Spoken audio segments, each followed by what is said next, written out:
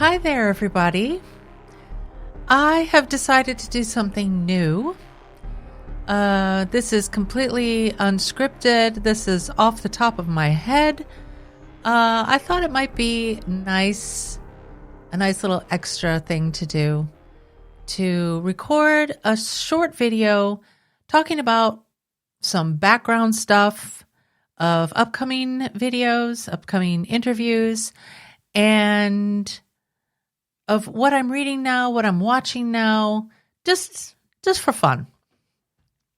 I've just today uploaded the Spotlight interview with Dr. Andrea Franchetto, and we're talking about in this video his dissertation. I'll read you a little blurb about what it's about.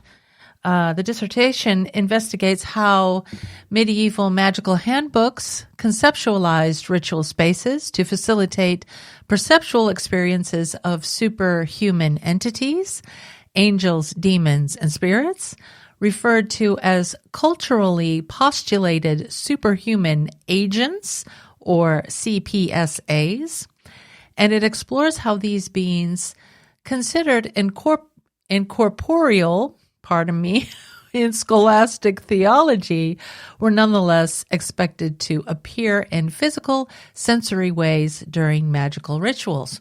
So that's up now for Patreon members. It's up on YouTube as well. I decided just to upload everything all together because I really think that this work that Andrea has done, this research that he has done into this topic, is super fascinating, and I hope you will enjoy the interview, and I hope that you'll take the time to look at the dissertation. If you don't read the entire thing, read the introduction, read the conclusion, have a glance through it. I think if you're interested in magic, how magic works, this might be something for you.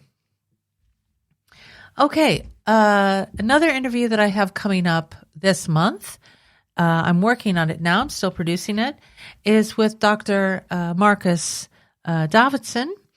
And I have interviewed him about his work and research into fiction-based religions. And this is kind of a little, favorite topic of mine. And I think that Marcus has done tremendous work in this area as well, although he's kind of moved away from it right now. He has done such tremendous work in this, along with other people as well, looking into other terminology, of course, is used, but they're kind of looking into this phenomenon. And I'm going to be getting that up sometime this week. Still working on it, as I said. So that is coming up for October. Another thing that I wanted to share with you, this book by Graham St. John. Let me get it for you here. I hope that you can see this.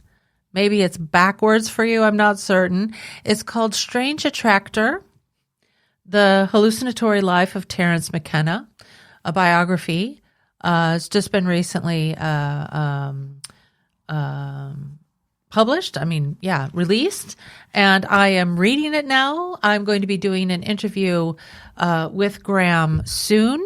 So this will be coming up later this year.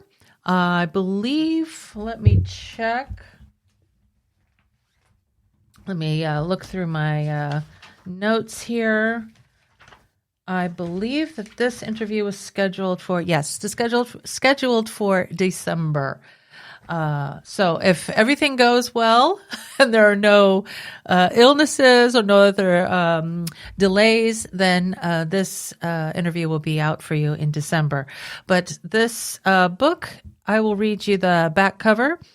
A stand-up philosopher who made a unique contribution to science, humanism, and the hidden arts, Terence McKenna was the 20th century's psychedelic Renaissance man.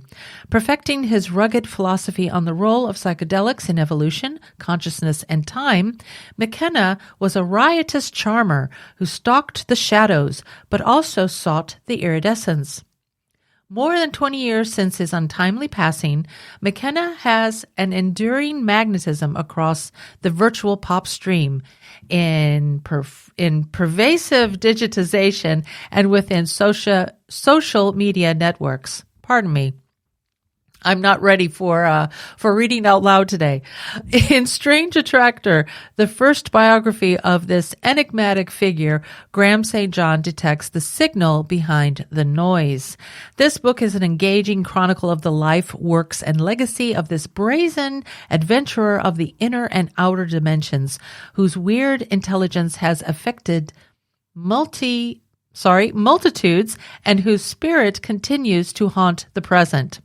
It draws on original documents and letters, features 52 rare photographs and artworks, and shares previously untold stories from over 80 people. Neither glorifying nor disparaging its subject, Strange Attractor will appeal to those interested in the evolution of a psychedelic intellectual and to those for whom McKenna's wisdom endures. Graham St. John is a Marie Curie Senior Research Fellow in Music and Design Arts at the University of Huddersfield. He is the author of 10 books, including Mystery School in Hyperspace, Global Tribe, and Technomad. He is founding executive editor of Dance Cult, Journal of Electronic Dance Music and Culture, and has published widely on the Burning Man movement and culture.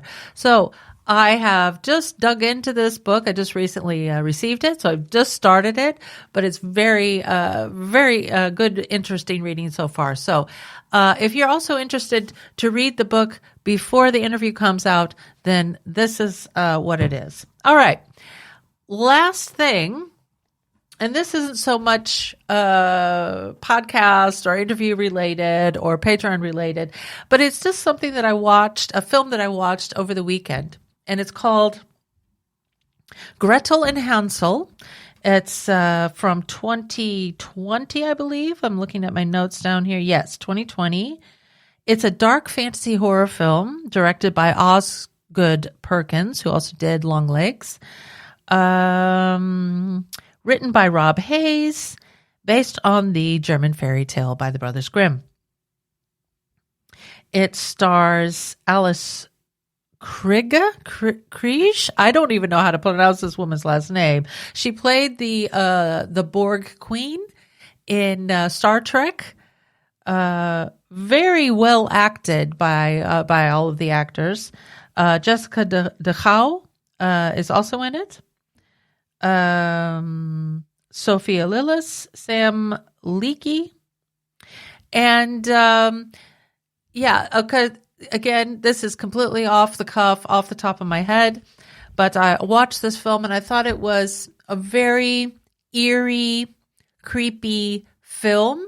Loved it in that respect. The cinematography, the color schemes, everything was beautifully done. I thought it was visually super appealing, and I loved that part of it. The story, you have an adolescent Gretel who, I'm going to try not to give a lot of spoilers here. Adolescent Gretel with her younger brother Hansel. Of course, as the fairy tale purports, they had to be, they had to go out on their own. In this context, the father has died. The mother, there's no stepmother in this story, but the mother is mentally bereft, mentally ill, I would say, after the passing of her husband and the children's father. And at this time period, there's also like a plague or a famine happening. So there's not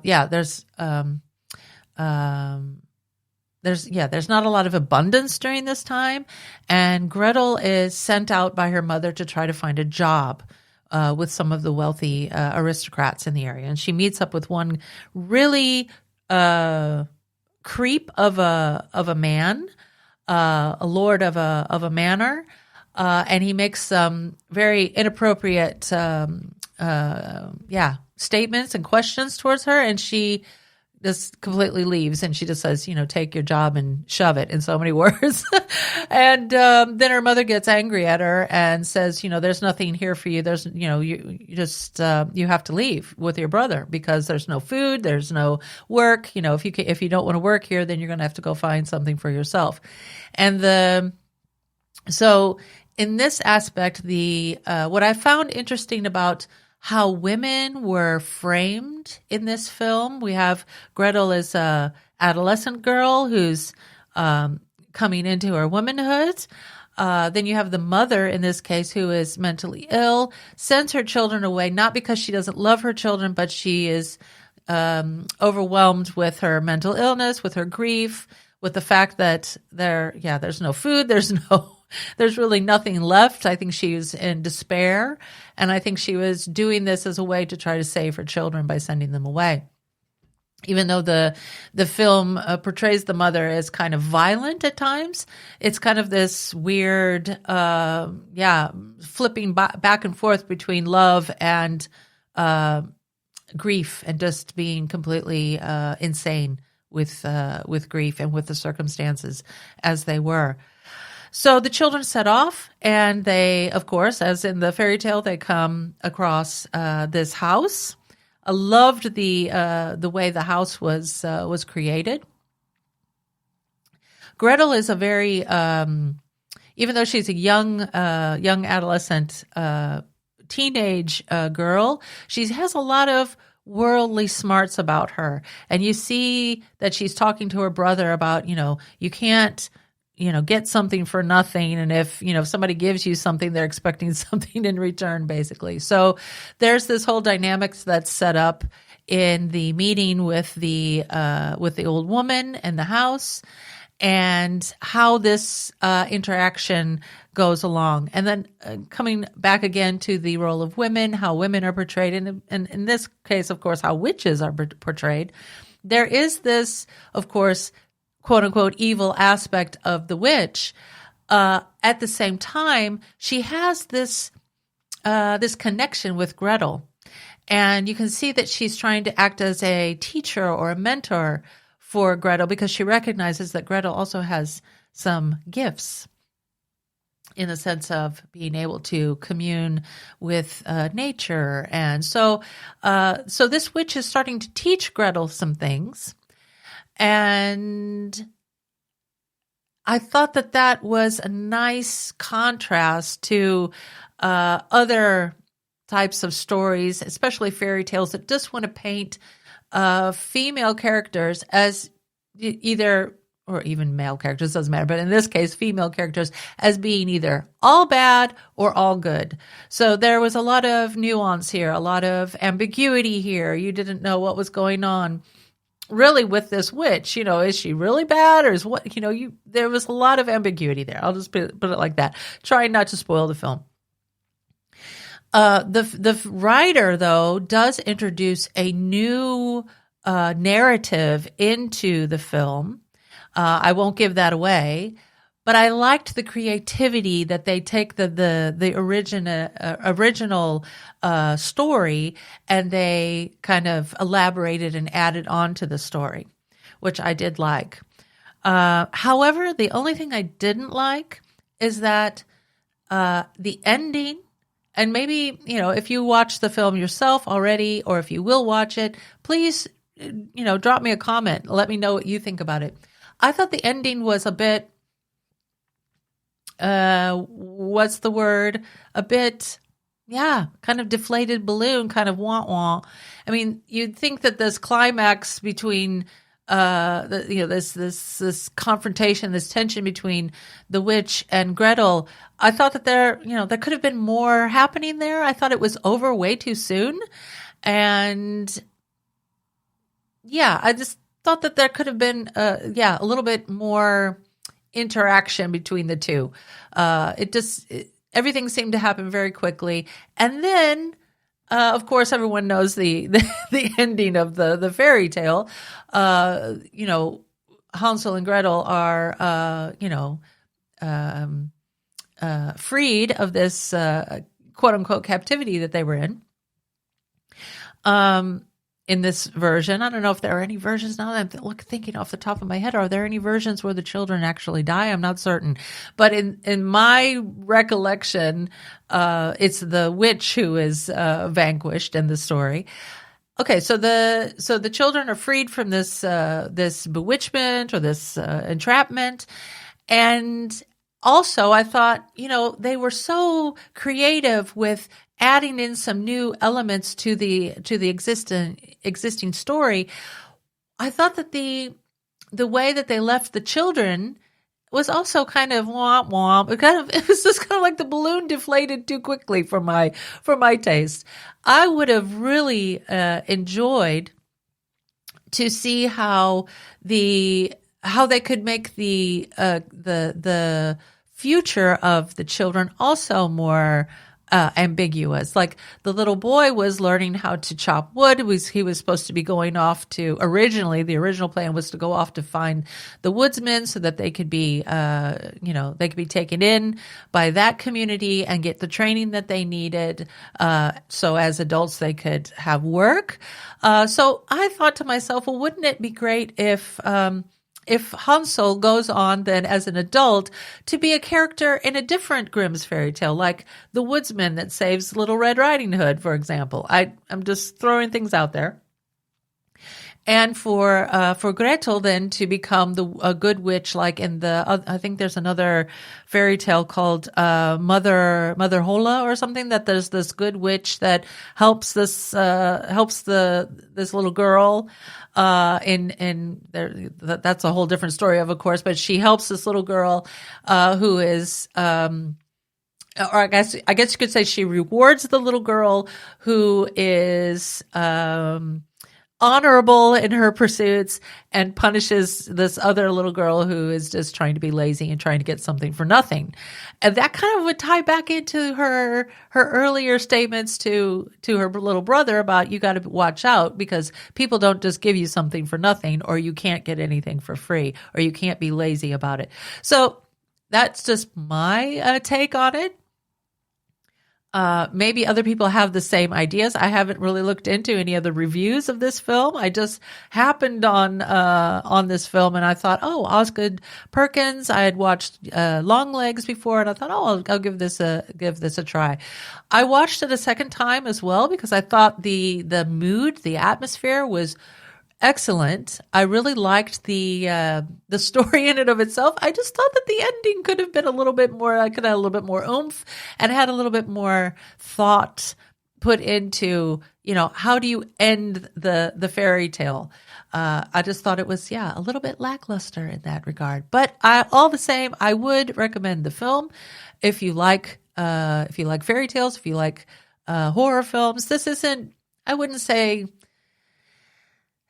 on a scale of like 1 to 10, from 0 being, or 1 being, no blood and gore whatsoever, and 10 being, the maximum, I would say this is probably somewhere in the middle. You do have, there is some of that going on. It's not, I don't think it's over the top, but there is some going on. All right. That's it for this little short video. Where are we at now? About 20 minutes or so, I guess. All right. So that's not so bad. Hopefully you enjoyed this. And if you do like this type of content, drop me a line, let me know. And I will continue to make these behind the scenes videos, or what I'm reading, what I'm listening to, what I'm watching, these types of things for you all. And let me know. I'll talk to you next time. Bye-bye.